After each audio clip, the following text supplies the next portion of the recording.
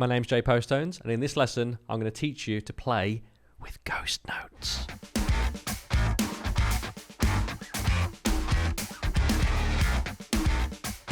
What is a ghost note? That's a ghost note. It's a tiny little note that is played typically on the snare drum, although it can be played on any instrument on the kit. And the way to think about them if you're new to playing with them is that they kind of fill the gaps between the accents in your beats and fills. And there are handfuls of patterns that I use that enable me to navigate the spaces in between the accents in TESSERACT music, for example, at a 8th note or 16th note level. And I can fill in a lot of those spaces with ghost notes. And one of the other great things is that playing with ghost notes, because they're quiet, tiny little notes, it gives a great level of diversity to the grooves that you already know. So if you can start to pepper in ghost notes in the grooves that you're already playing, it's going to add that dimension that may currently be missing. So let's start at the beginning. Technique, okay? Because without good technique, it's going to be incredibly difficult to play controlled at quiet volumes. For example, you may be playing a bunch of rudiments and there's a bunch of things that you can currently play and take for granted, the patterns that are in your library of things that you can already do. You may not be able to do those very quietly. And that's the first place to start. So take the patterns that you already know without going and looking elsewhere for inspiration. Take the patterns that you already know and play them on your kit or on a pad or something intentionally quiet.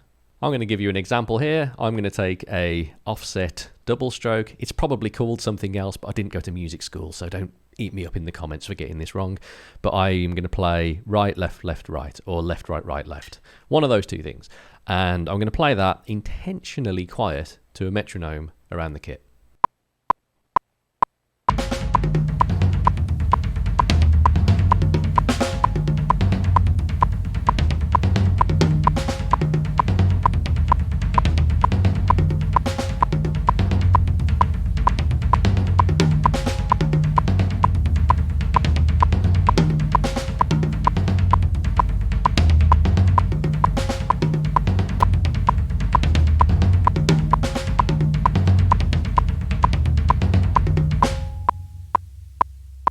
Super straightforward. All I'm playing is right, left, right, right, left, right, right, left, right, right, left, right, right, left, right, and then working my way back around the kit.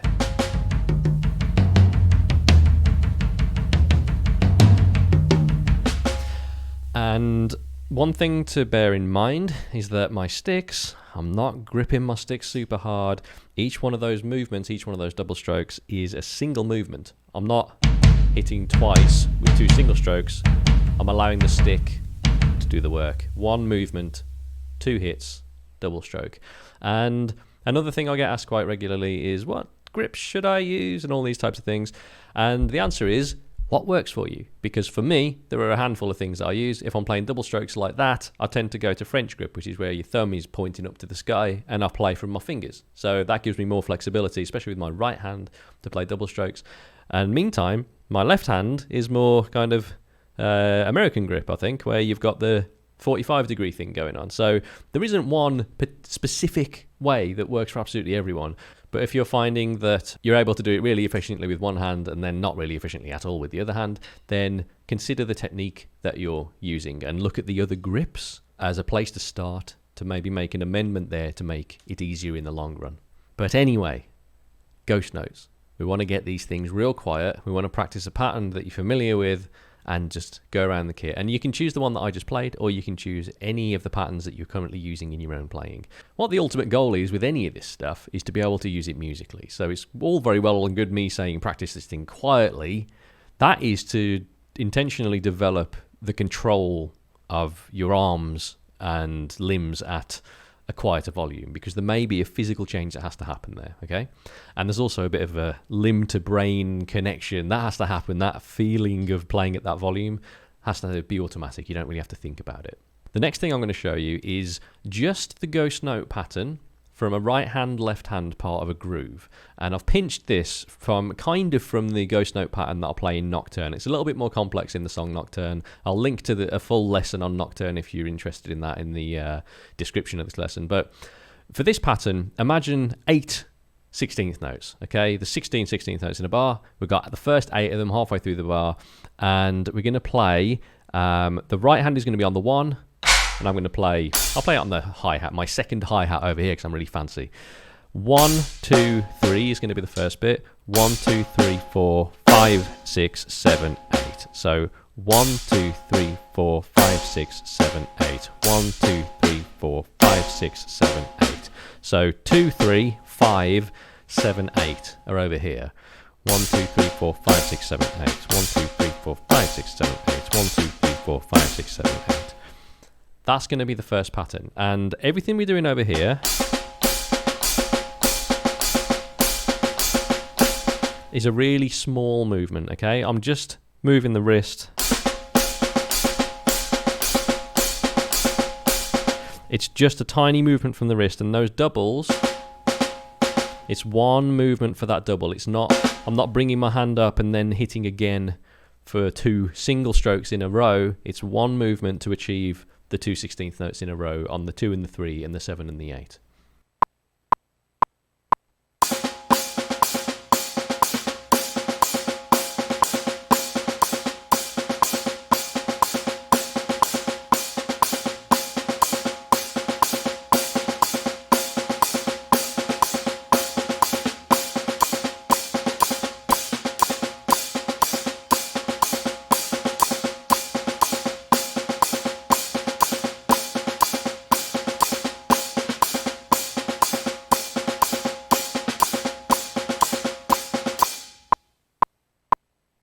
Now, I'm going to place a bet that that was a little bit trickier than you expected it to be. And I know it wasn't insanely hard. I'm not saying that, but I'm saying that if that muscle hasn't been flexed before and you haven't played things at that low volume, that was probably a little bit more difficult than you thought it was going to be. And that's fine. You just need to spend a little bit of time there to develop the ability to make that easy and something that you don't have to think about. And what I'd like to do now with this next exercise is just build on that a little bit by adding in the kick drum on the 1, at least on the very first one. We're going to change it for the second one. And then we're going to put the snare drum on the 5. So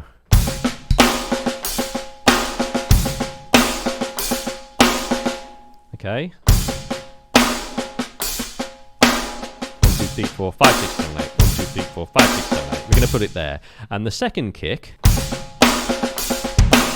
we're going to put there. 1, 2, 3, 4, 5, 6, 7, 8. 1, 2, 3, 4, 5, 6, 7, 8. So on the 1, then on the 4 the second time. 1, 2, 3, 4, 5, 6, 7, 8. 1, 2, 3, 4, 5, 6, 7, 8. 1, 2, 3, 4, 6, 7, 8. 1, 2, 3, 4, 5, 6, 7, 8. Okay, so let me play that without talking so you can hear it, and then I'll play it to a metronome.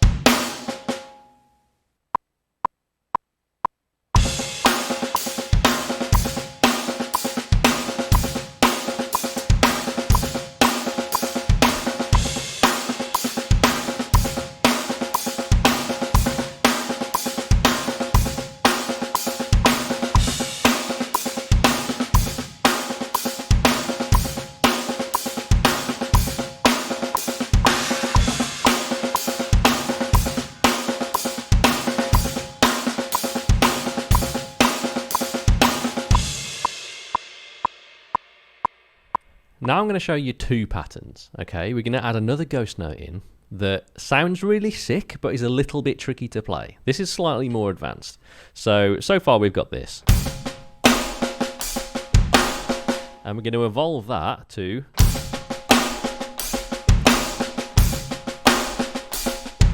slight difference. We're getting those first 4, 1, 2, 3, 4, we're getting all of those ghosts in. And immediately after a ghost, we've got an accent. That is the tricky bit, going from a ghost note into an accent. So developing that technique where your hand goes from this kind of angle and drops down into the accent, that's something that takes a little bit of time, and that's something that I actually developed on a practice pad at first to get used to it, and then took it over to a snare. And I really have to drop from that kind of angle, you can see the movement. My hand really has to come down. The wrist drops quite sharp to get that accent in. So the one way of playing that is right, left, left. So 1, 2, 3, 4, 5. Okay. Right on there. Right, left. It's right and left at the same time because you're bringing the right back over to the hi-hat or whatever it is you're playing on your right-hand side. And the other way of playing that, which there isn't a right or wrong way of doing this, but the other way is right, left, right, and then bring the right back over. Right, left, left. And the difficult part there is bringing the right back over to whatever it is you're playing. If you're playing right up onto the hi-hat on your left-hand side, then that might be a bit tricky. Going from a right over to another right, that can be okay. So that's not too difficult. Right, left, right. But the way I prefer to play it is honestly the first one. Either of those techniques, either of those patterns is going to be useful, but the one that probably is the most useful, the one that I'm going to teach you with an exercise is right, left, left. Okay? Right, left, right, left. That tends to lead itself into more grooves within my playing at least than the other one. So right, left, right, left. We're going to play that to a metronome. Let's go.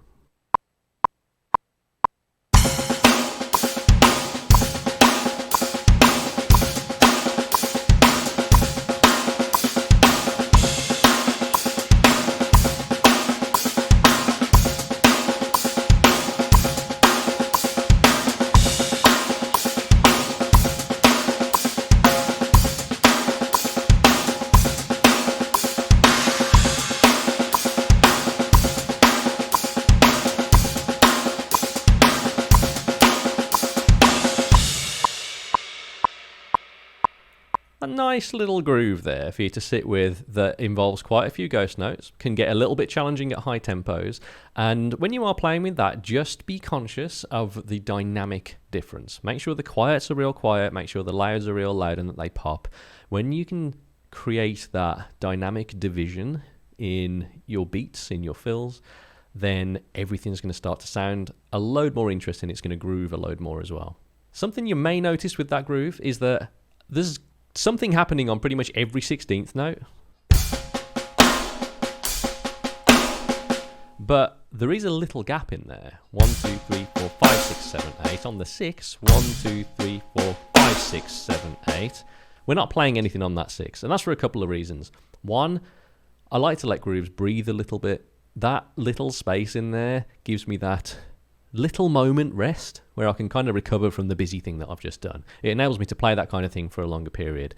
And the other thing is that if I did put something there, I'd have to do some weird crossover thing. So 1, 2, 3, 4, 1, 2, 3, 4, 5, 6, 7, 8, 1, 2, 3, 4. I'd have to do that 1, 2, 3, 4, 5. I'm just not up for doing that personally. I don't want to be playing right, left. I want to keep it as clean and as nice as I can without over busying what I'm doing. And for the sake of one ghost note, it's not really worth it, is it? So anyway, that's a couple of different ways to play a nice, interesting ghost note pattern in a fairly simple groove. What about something that's a bit more complex?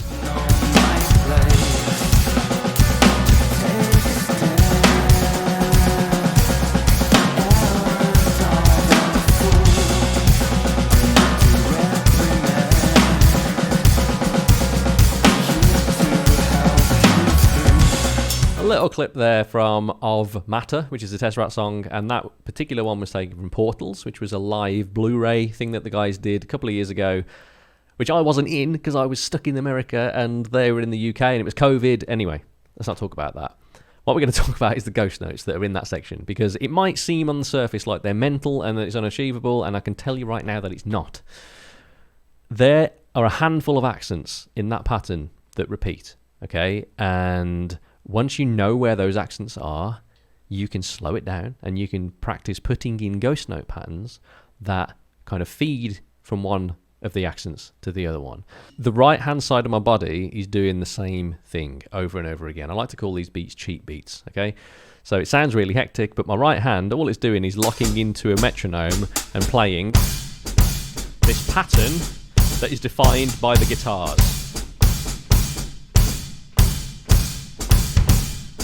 It's just doing the same thing. And that thing isn't particularly simple. It's doing something that's fairly complex, but in between that, I'm just playing a handful of patterns, ghost note patterns, that enable me to kind of traverse that and go from accent to accent, and it kind of sounds seamless. That's the whole point. And the majority of the patterns that I'm playing during that little groove, it's right, left, right, left, left. 1, 2, 3, 4, 5.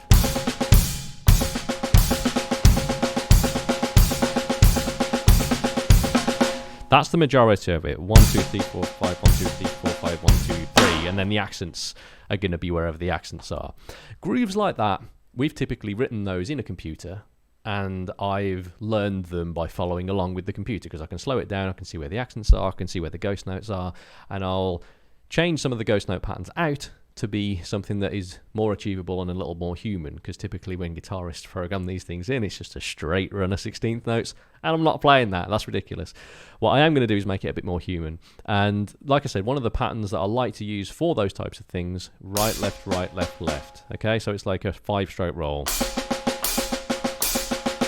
And it can be right, left, right, left. Anything really that's a 5, I like to use that to kind of traverse those types of patterns. So this first exercise is going to be right, left, with a kick on the 1.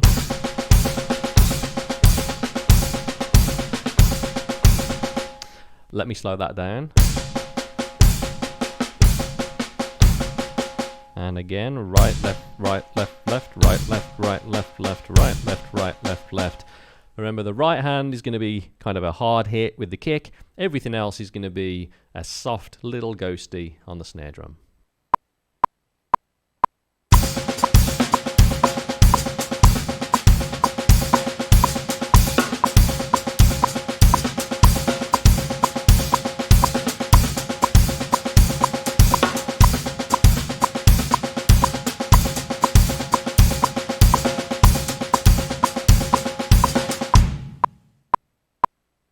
I may have made that look fairly easy, and that's because it has to be easy for me to be able to play it on stage with Tess. I'm not playing things like this and thinking about it. I've had to practice them to the point where it is super easy.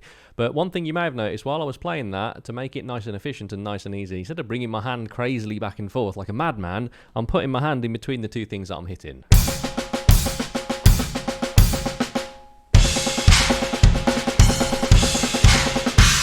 Okay, I'm not reaching like crazily to do these things. Everything's kind of within nice reach position, and my hand goes roughly between the two things, and I'll just pivot. I'll just pivot from the wrist between them because it's efficient and it enables me to play these things kind of seamlessly. For this final exercise, we're going to take a little leap forwards because it's a little bit of a challenge. We're going to put some accents into that pattern that we've just played, and we're going to extend that pattern a little bit from what we've played, and we're essentially going to play one loop of the groove that I play within that song, within that Tesseract song. So some fairly tricky accents, some fairly tricky ghost note patterns, but if you are watching this on my website, all of the notation is there, and all of the left and right sticking and all of that is there, so you can work out exactly what it is. You can slow down the exercise within the website to practice at whatever speed is right for you as well. So make sure you're watching it there. And I'd just like you to try and sit with this one. If you've come through all of the previous exercises up to this point, this one is just going to be that leap forward to make you feel really good about your playing. And it shouldn't take you more than a practice session really to get this kind of pattern down. Even if it's at a slower tempo, you'll be able to get the pattern down in a 30-40 minute practice session, I reckon. This is the pattern.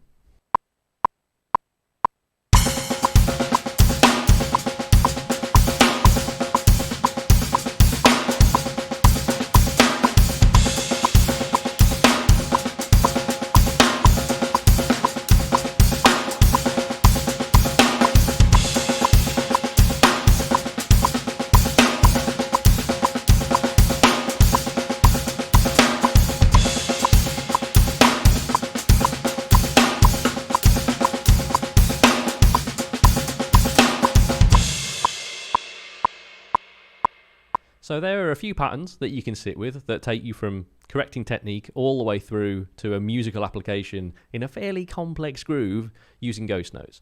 And if you've worked through those, you should hopefully have some new ideas, new developed techniques, and ways to use ghost notes creatively within your own playing. Those are not the only ways to use ghost notes, though, obviously. You can change the note length. We can use 16th note triplets, or 32nd notes, or 8th notes, or anything else. You can use all these different note lengths. You can use different rudiments. You can place them on different instruments on your kit, voice them differently.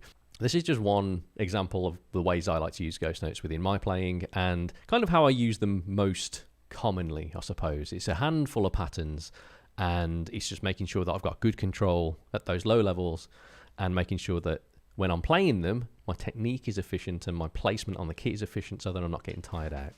If you enjoyed this lesson, please take 5 seconds to join my mailing list. And if you do that, make it 10 seconds and fill out the little form that's going to tell me what it is that you want to improve the most about your playing. If you do that, I will link you to a resource that is going to answer some questions for you that are specific to that thing. It's going to be a lesson or a handful of lessons that are going to help you with that thing.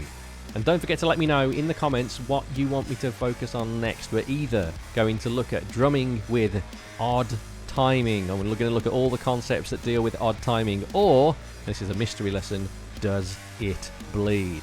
I'll leave that up to the imagination. But let me know in the comments what you'd like me to cover, and that'll be the next lesson. If you found this lesson fun and useful, please hit that subscribe button to be among the first people to know when a new lesson goes live.